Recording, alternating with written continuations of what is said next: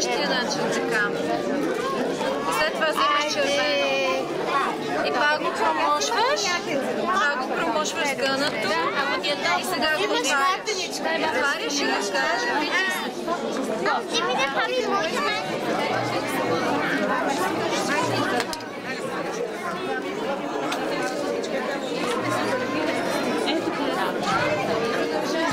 Бяло и червен, мисля, че това е достатъчно. Сега на червената заплика.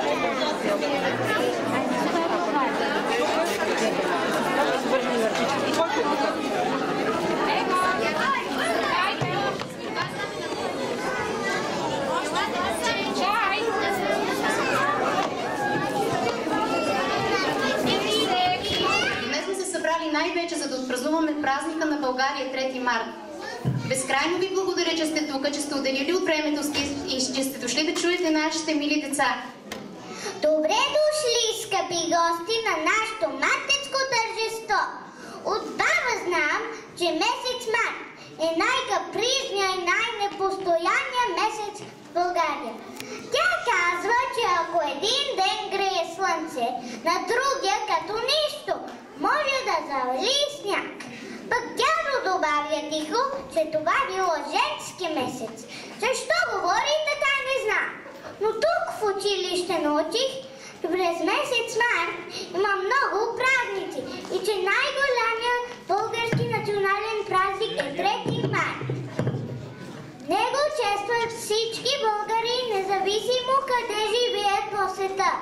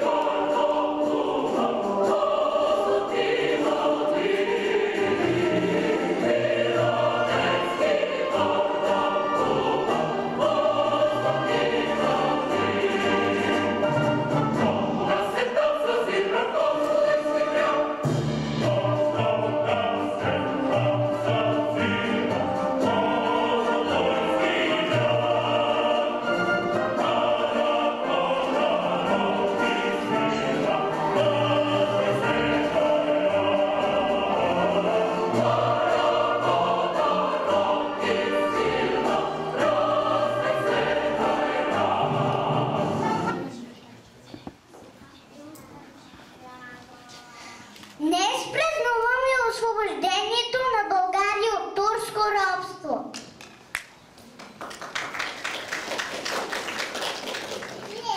Трети март, чакан празник, свята дата. Днес България празнува ден рожден на свободата.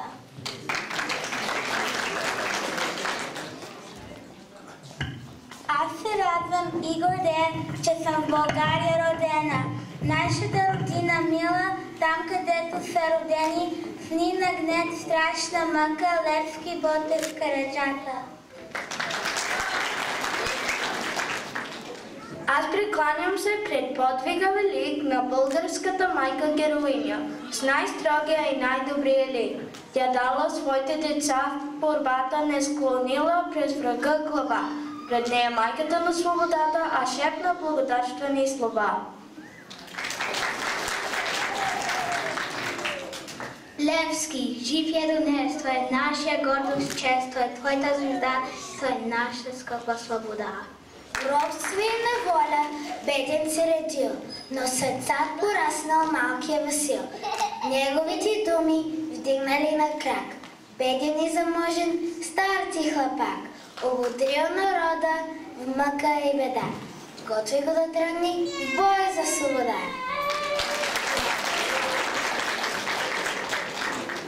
Спомня си Балкана пак с огньовите хайдушки и славните братушки.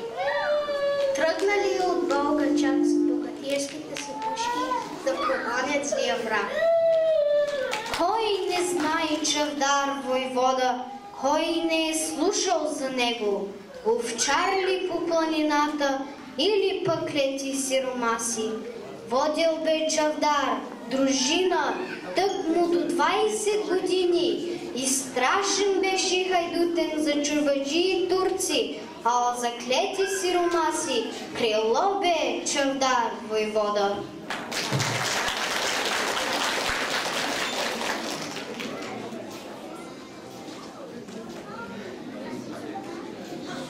Първа знамето развила с кон предвождала дружина и нарекли я тогава крайна българска княгиня, българка е тя красива и на всички ни е мила.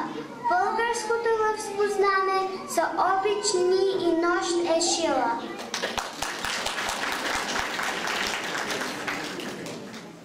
Трети март, през славен ден, празник скъп на свободата, нека погледи светем и целунем знамена.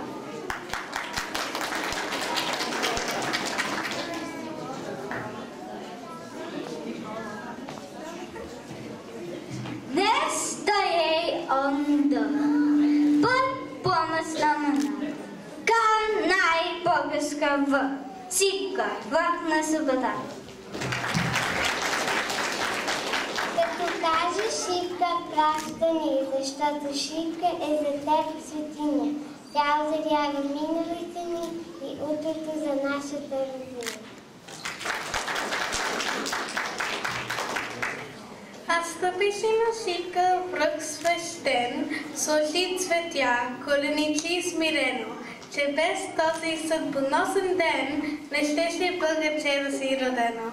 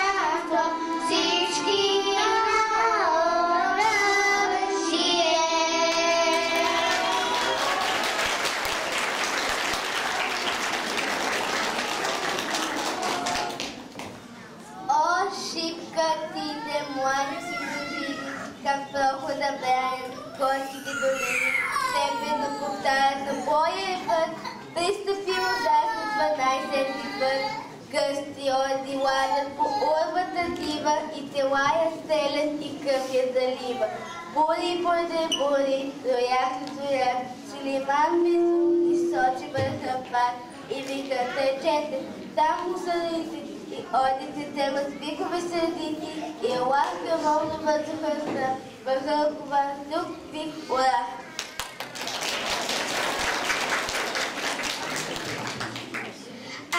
Българче, обичам наши бои зелени, българина се наричам, първа радост е за мен. Аз съм българче свободно, в край свободен аз живея. Всичко българско ронно, любетаче и милея. Аз съм българче и разна, в дни велики и сладово време, син съм на земя богатства, син съм на юнашко племе.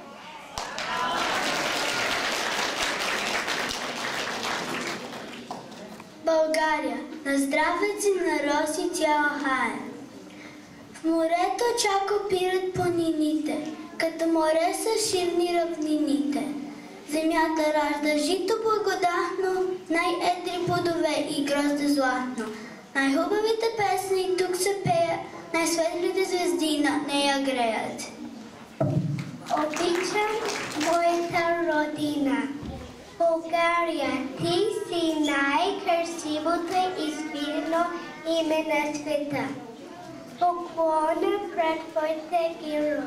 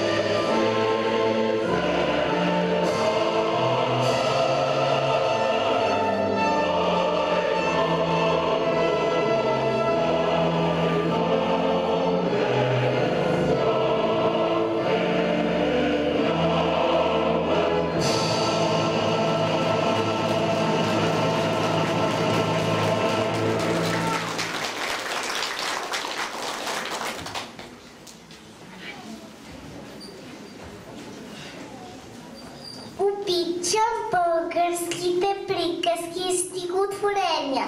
Мъката и радостта на народа и обръща от песни. Умела е да разхубавява живота си с много празници и обичаи. Те са дошли при нас през вековете и ние ги празнуваме и до днес, защото в тях е душата на българина. На 1 март се кичиме с мартенички с пожеланието да сме живи и здрави. Ханес Барух имал сестра, която се казва Хуба.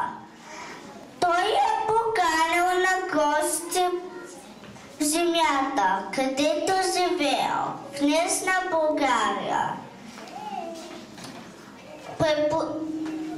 Тя се качила на кон и препускала ден и нощ, докато стигнал реката Дунав. Почнала да търси забот, за да премине. Пуснала соколи, за да видят къде да минат от високо. На крака му завързал един бял конец, а другия край държа в ръка. Точно когато сокола намерил пътя, една стрела го пронизала и там му бойдисала конеца в червено.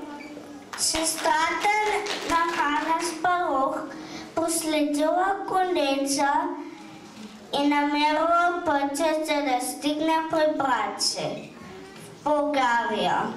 От тогава бял червения конец е здравата нишка, която свързва българите по света.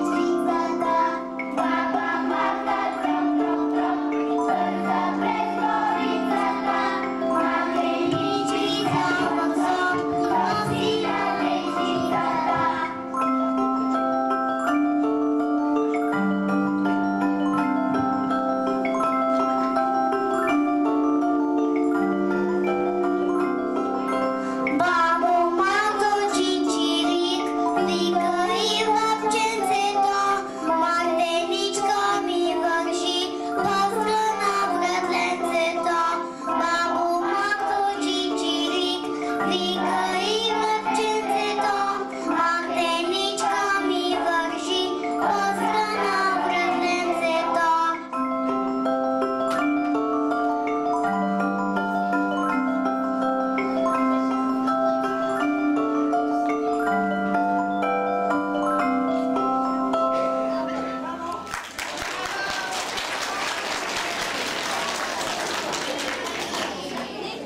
Взела две игли от Ешко, прежда от върбите взела. Баба Марта тая зарен, мартенички е изплела.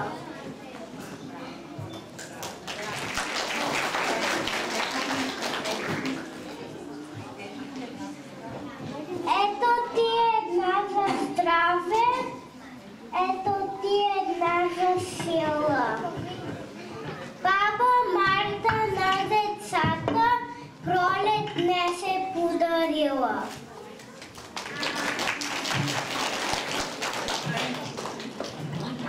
Ние сме бяло, бяло и червено, за живот и здраве те е отредено.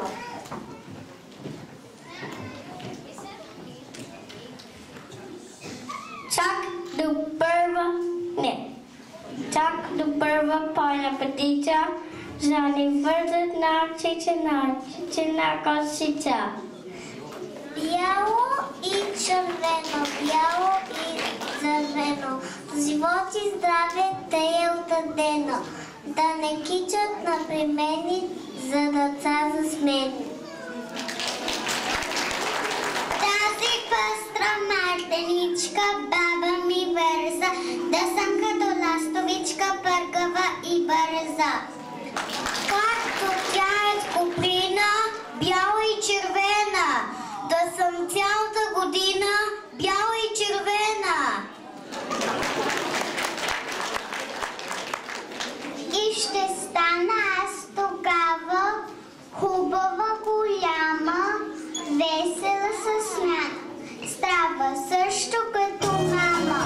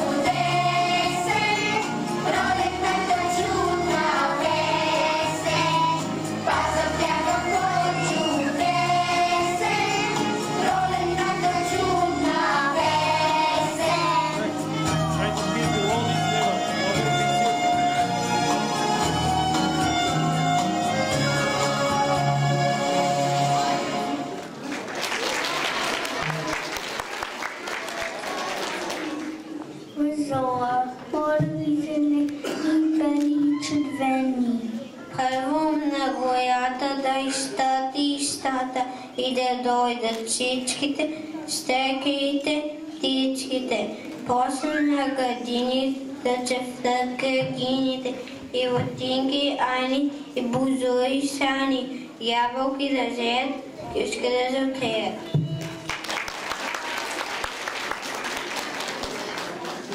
Всички се радваме на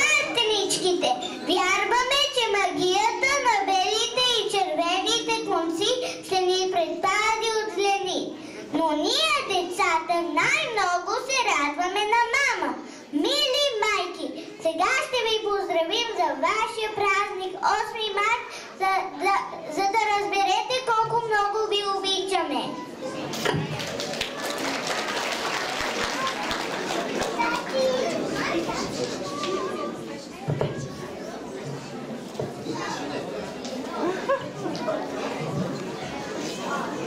Що е светът без мама? Знам без мама радост няма. Да сме слави и добри, час е труди онзели. Дори като порасна, час вестица моя ясна. Слепести на мен до дето, аз живея под небето. Когато сутрин свърши друге, хевачето ми с първи утни лъчи, над мене мама тихичко се спе и свежда ми ласкави очи. Печиката слънчева налезе, сачинките далети пламени, та дълго червика се разкажат, плесът и нежда бежай да лъчи.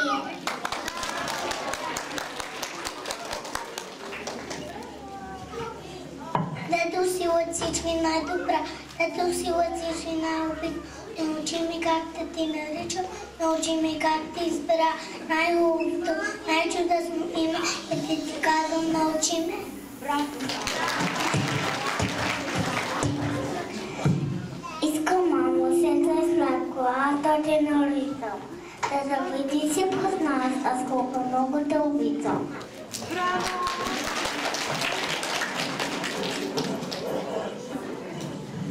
Искам, мамо, да те радвам. Искам с песничка да ти пея. Със слънцето, с усмивка, тя да те скрие.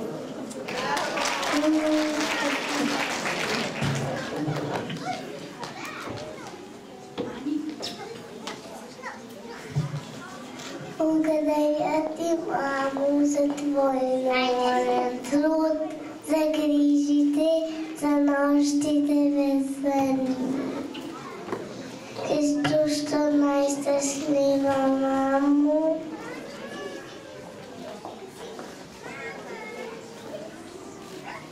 Благодаря ти, мамо.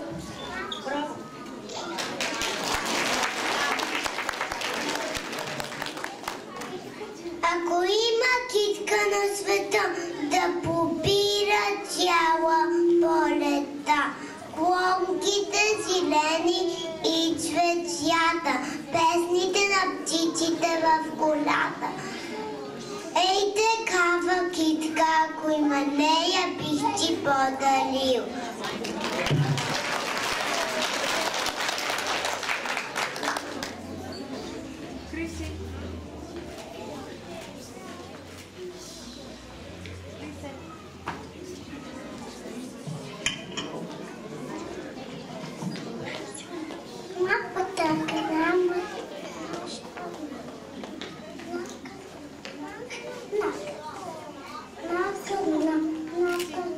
Mama,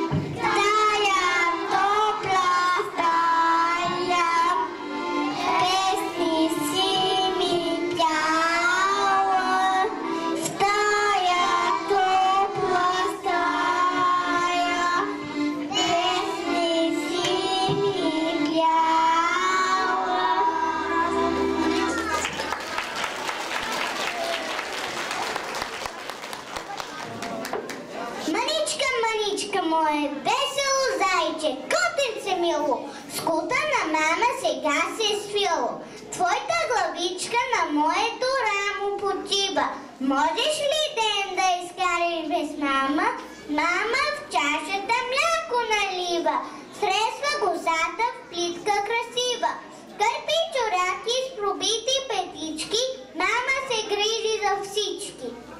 Кой ще разкаже на моето момиче как тъй луната на сръбче прилича? Как се превръща водата в пара, а самолета с какво ли се кара? Има ли спътника истинско куче? Мама попита и ти ще научиш. Маничка, маничка моя, ден ти не можеш без мама, а подя време ще станеш голяма. Умните книги сама ще набираш, ще рисуваш и ще бродираш. Дългите плитки ще решиш самичка, а после ще линеш и ти като птичка. Умна и силна ще идеш далече, можеш без мама ти вече. Мама ще бъде с коси побелели, мама ще пази 2 детски кортели. Ще се тревожи и с кришом ще плаче, ако не носи писмо раздевача. Друго не трябва, 3 думички само. Добре са